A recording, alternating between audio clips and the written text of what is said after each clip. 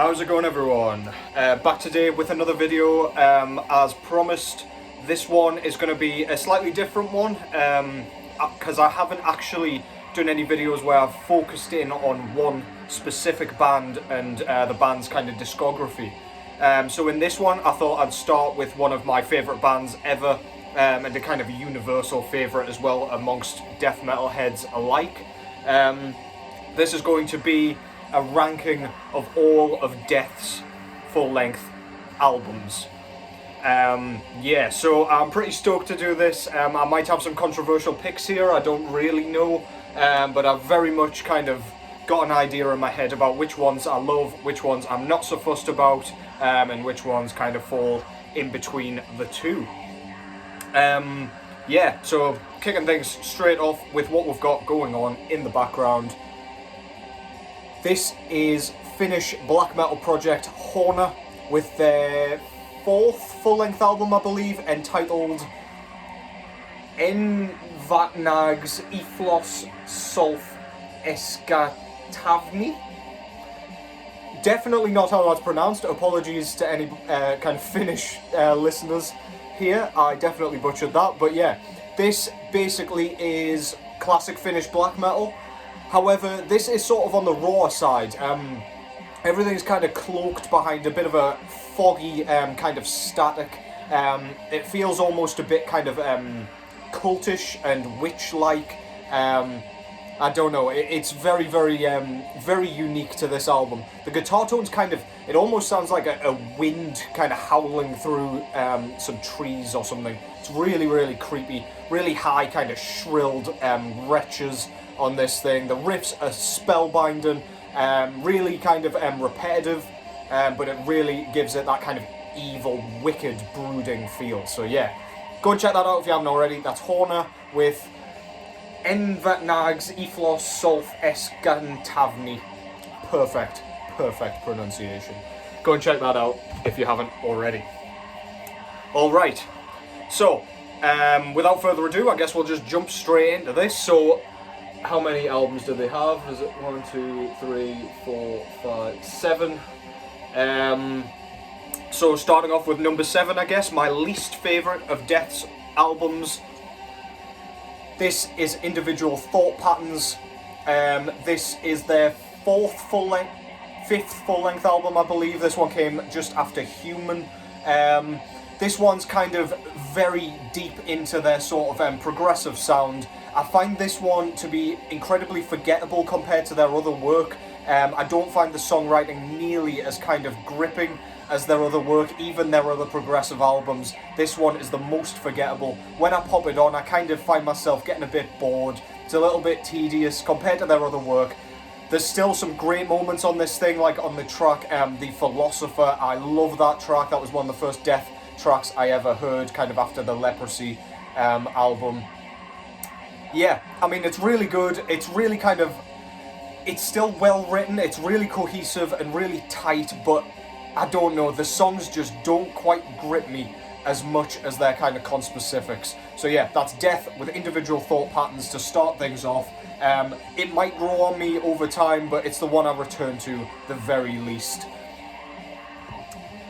Next up, just going an album back now, with their kind of first of the progressive albums. This is Death's Human. This is their fourth full-length album. This is another one that kind of has the same problem as Individual Thought Patterns does, but I just find this to be that bit more kind of interesting to me. Very similar in the way it's kind of structured, very similar in its sound. There's nothing too different going on here.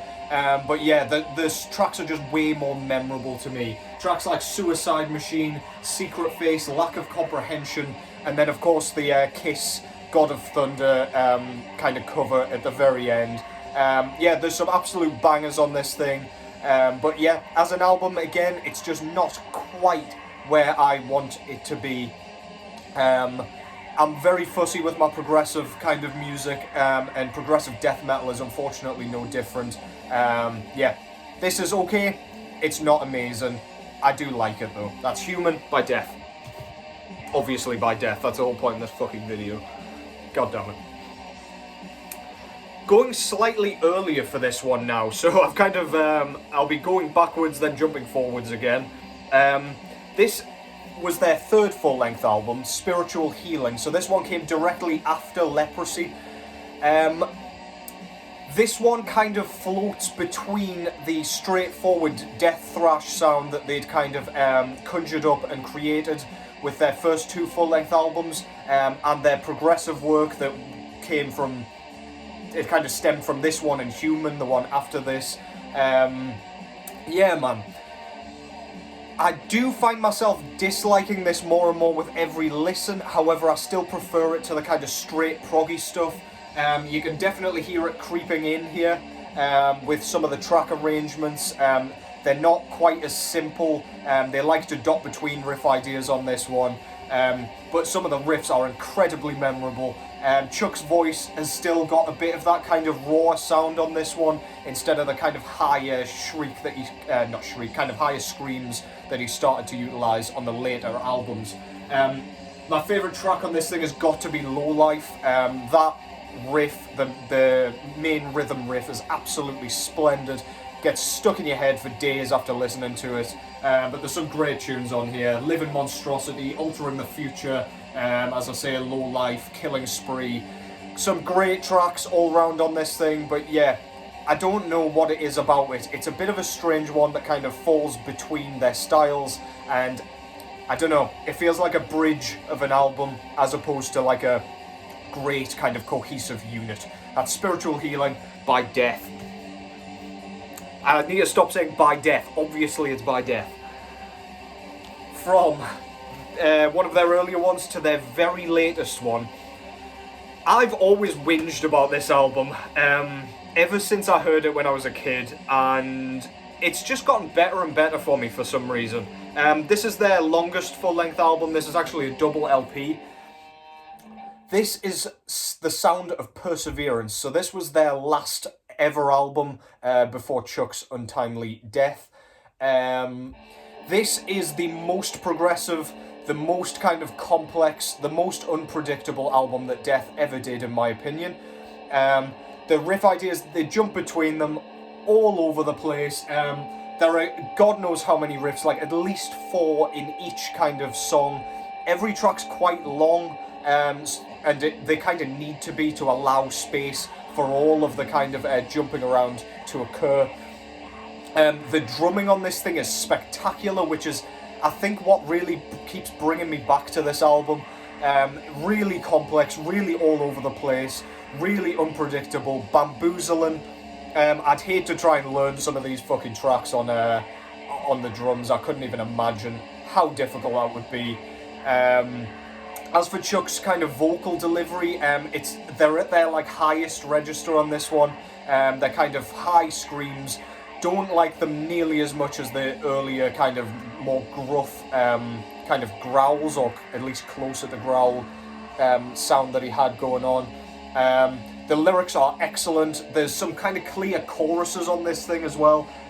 Death is always a band that's kind of utilised chorus sections, even with their bare bones death thrash stuff. But yeah, they kind of enjoy going back to them on this one. Tracks like Spirit Crusher, that one has a brilliant kind of chorus section. And it kind of chugs along, the guitars chug along with the kind of vocal hook, and it kind of draws you in. Those riffs that come out of nowhere, that kind of come and slap you around, like after you've kind of dealt with the more proggy stuff, they're really nice kind of bits of respite, really welcome moments of kind of head banging, brilliance basically. Yeah, an album that keeps growing on me somehow. This one came out in like 1998 maybe? Yeah, 98. And it just keeps getting kind of better and better, or my tastes keep changing, one of the two. But yeah, go and check that out if you haven't already. That's The Sound of Perseverance, Death's latest album. Going back one album now, for their most sought after album for sure. This is Symbolic. So this was the album that came just before The Sound of Perseverance, as I say. And again, this one's very much kind of boots on the ground, deep into their prog kind of work. But this one just the songwriting on this thing's just so goddamn good. It's clear that these guys were at the peak of their powers on this fucking thing. Absolutely not a dull moment. The drumming, again, is excellent, but the riff writing is where it's at for me. Tracks like Empty Words, just some of Death's best work, and that's coming from a guy who doesn't like the prog stuff nearly as much. I just can't help but appreciate just how good this thing is for songwriting kind of purposes, as well as kind of just tightness and cohesion. Brilliant, brilliant album. Crystal Mountain is massive. Zero Tolerance, another track with a brilliant chorus. Yeah, some of the solos and lead work on this thing as well it's probably their best album for that. The solos are absolutely mind-bending on this thing. Chuck is absolutely shredding his ass off on this. Go and check that out if you haven't already. This one came out through Metal Blade Records here, but I think it was a Roadrunner Records album before, which is probably why this thing hasn't had a repress in a while. Regardless, it'll come at some point, so yeah, keep an eye out for that one. Symbolic. Right, so no surprises. The last two albums that I've kind of kept for the end here are the two kind of most straightforward death thrash albums. So I'll let you guess which one's gonna be which. This is gonna be number 1 and 2. If you've watched any of my other videos, this won't come as any surprise to you. But yeah, their debut full-length album, Scream Bloody Gore, from 1987. Absolutely one of the best death metal records of all time. Tracks like Zombie Ritual, Sacrificial, Torn to Pieces, absolutely phenomenal tracks. I think the reason this one doesn't kind of do it quite as much as Leprosy does is because I heard it second, I think. There's definitely some kind of sentimental value and nostalgia to both of these records, but Leprosy more just because I heard it first. But the riff writing on this thing is so goddamn good. If you like your thrash metal stuff, this is very thrashy.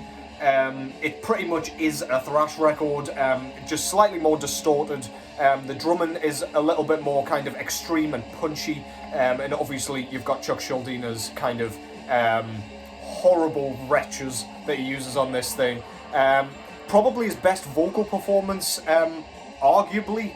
On tracks like Torn to Pieces, he sounds absolutely mental. He sounds like one of the undead. He sounds absolutely insane. It sounds like he's tearing out his larynx as he's singing. Again, still chorus sections on this thing. Zombie Ritual has one of the bounciest kind of riffs to go along with one of the catchiest goddamn choruses they've ever done. I could gush about this thing all fucking day. That's Scream Bloody Gore, their very first to kind of kick off a phenomenal discography and a pretty untouchable kind of career. Which obviously brings us to number 1. No surprises to anybody.